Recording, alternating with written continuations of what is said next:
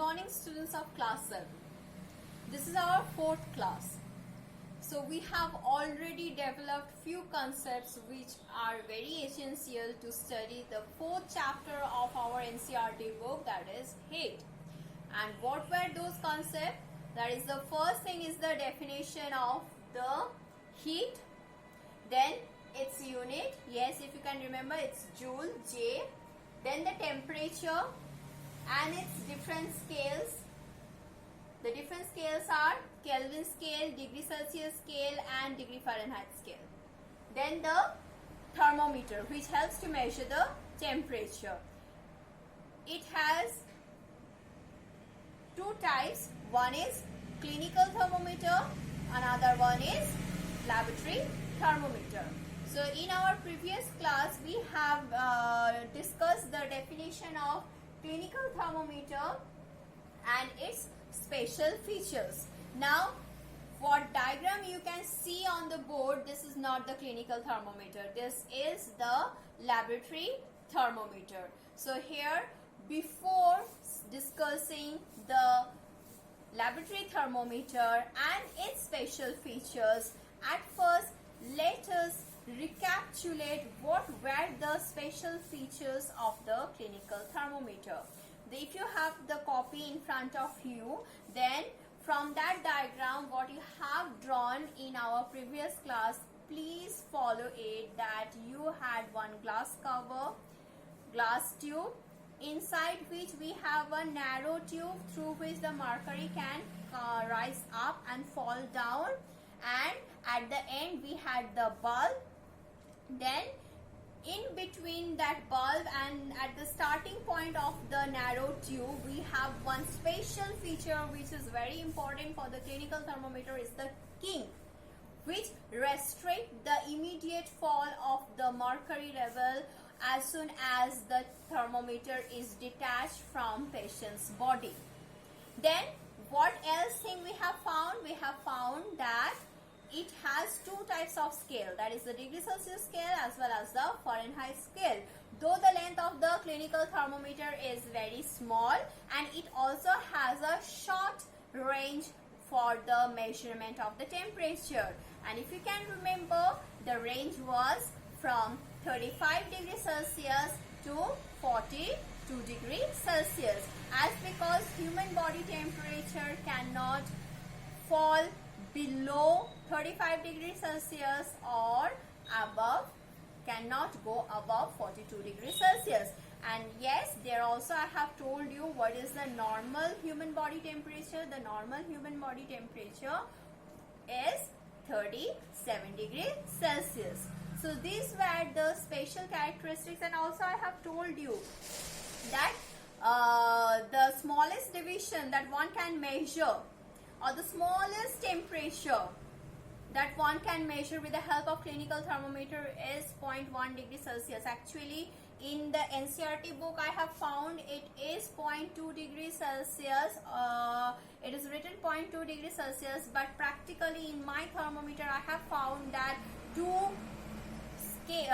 divisions, that is suppose 35 degrees Celsius and 36 degrees Celsius, there were 10 division. If you can find there are 10 small divisions between 35 degrees Celsius and 36 degrees Celsius, or 36 degrees Celsius and 37 degrees Celsius, then the smallest temperature you can measure in with the help of that thermometer will be 0.1 degrees Celsius. But if you are having only 5 divisions between 35 and 36 degrees Celsius or 36 and 37 degrees Celsius, then it will be the smallest temperature or the minimum temperature you can measure with that type of thermometer, that is going to be 0.2 degrees Celsius. So be very cautious. See the thermometer whatever you have at your home.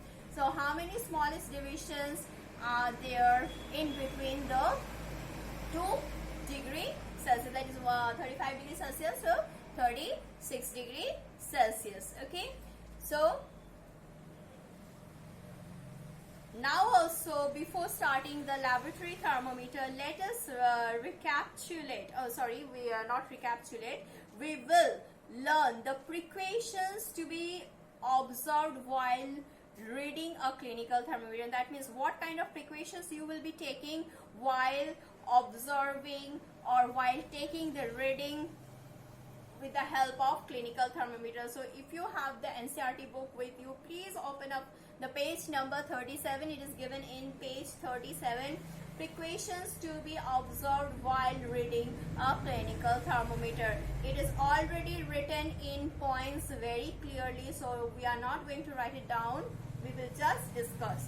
So what is that? The first point is thermometer should be washed before and after use, preferably with an antiseptic solution. Why it is advised? Because you all know the cleanliness is very much important and prevention is much better than cure. I know nowadays also at your home you are washing your hand properly to protect yourself from this pandemic what is going on in the whole world, that is the coronavirus or COVID-19.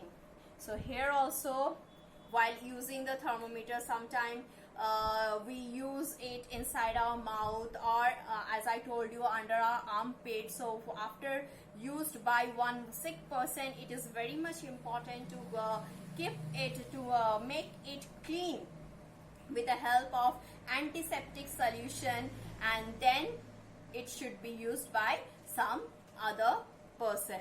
So that's why you must keep it in your mind that thermometer should be washed before and after use, preferably with an antiseptic solution. The next point is ensure that before use the mercury level is below 35 degrees Celsius. Yes, you have to keep the mercury level much low. Suppose if you are, anyhow after used by one person, you are not jerking the you are not giving a jerk to the thermometer to bring down the mercury level. Why we need to give the jerk to the thermometer to bring out the mercury make the mercury level fall?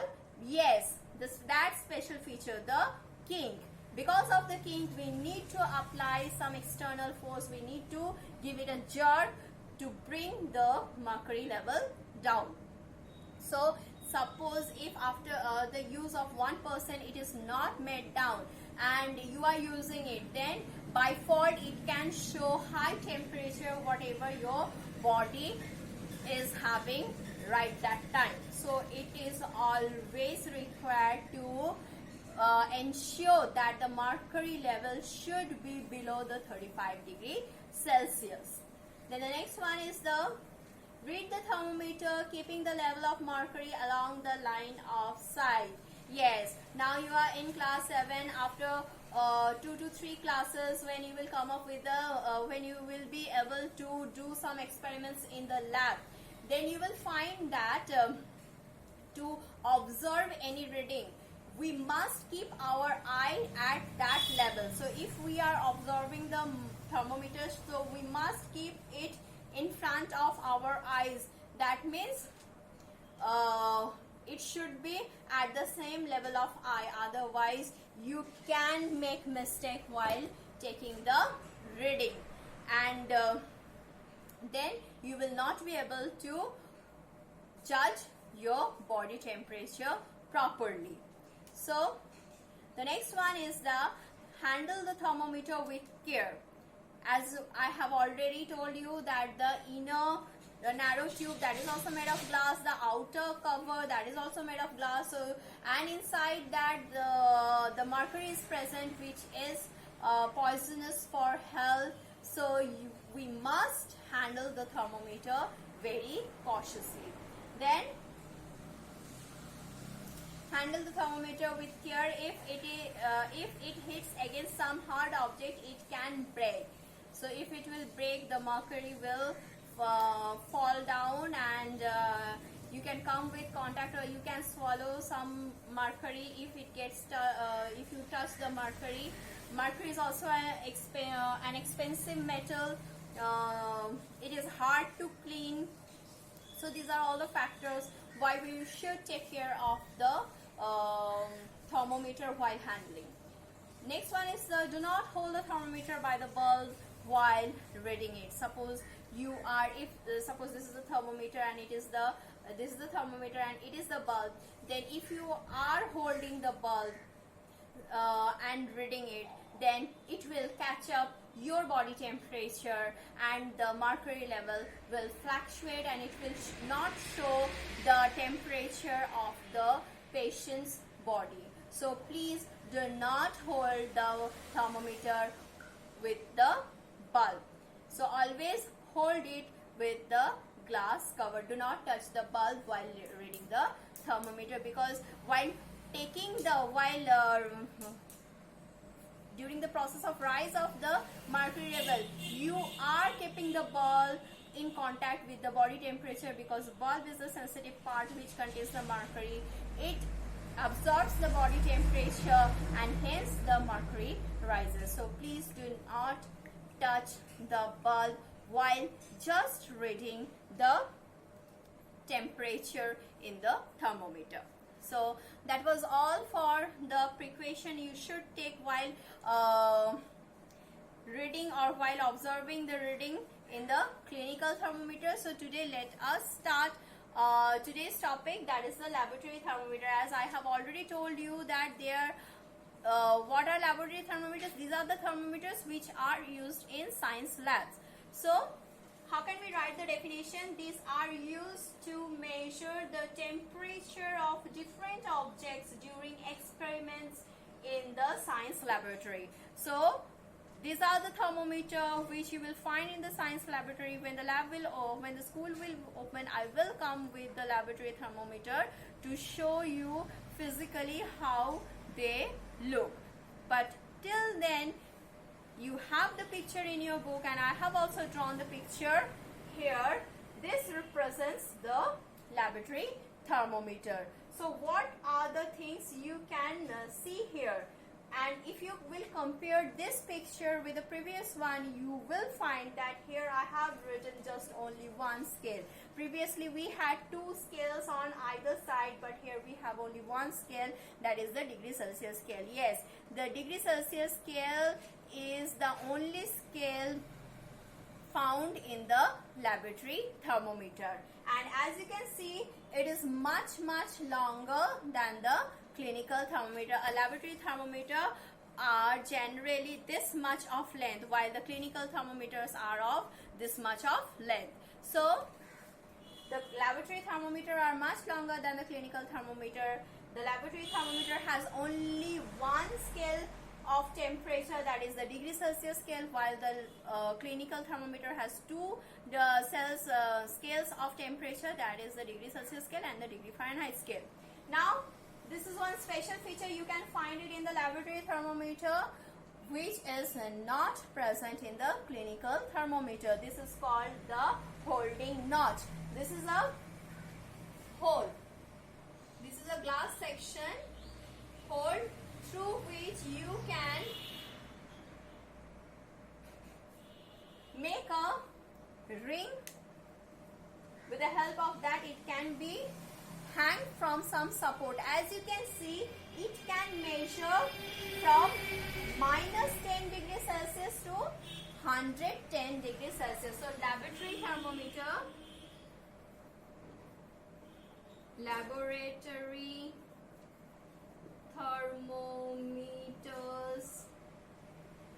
can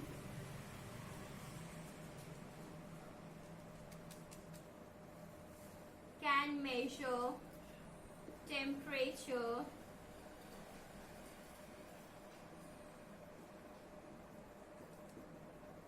from -10 degrees Celsius to 110 degrees Celsius. So always keep this in your mind that with the help of laboratory thermometer you can measure temperature from -10 degrees Celsius to 110 degrees Celsius.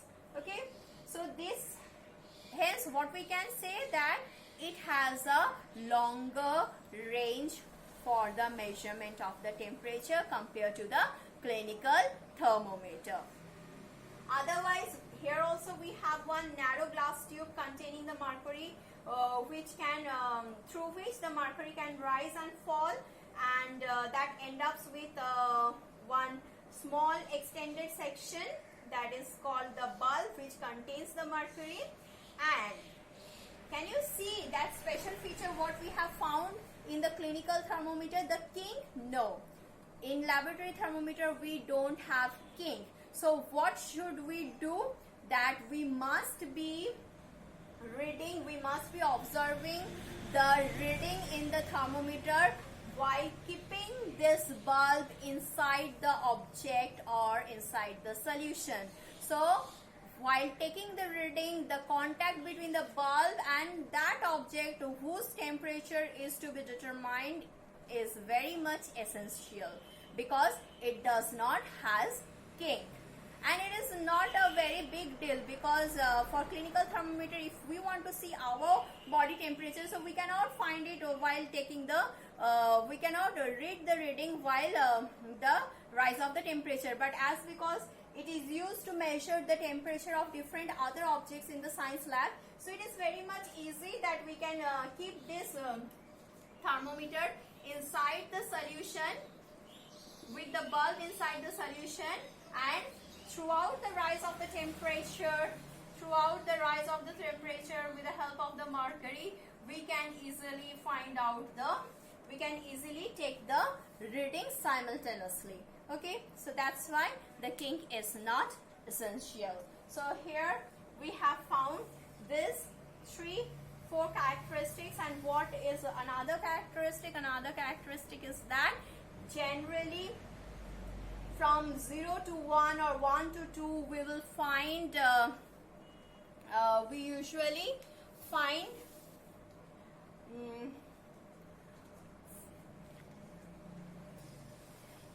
yes, so the minimum temperature, the one more thing is the minimum temperature what we can measure with the help of this type of thermometer is 1 degree Celsius. So you can see here, this is the minus 10 degree, then 0, then 10, then 20, then 30, then 40, 50, 60, 70.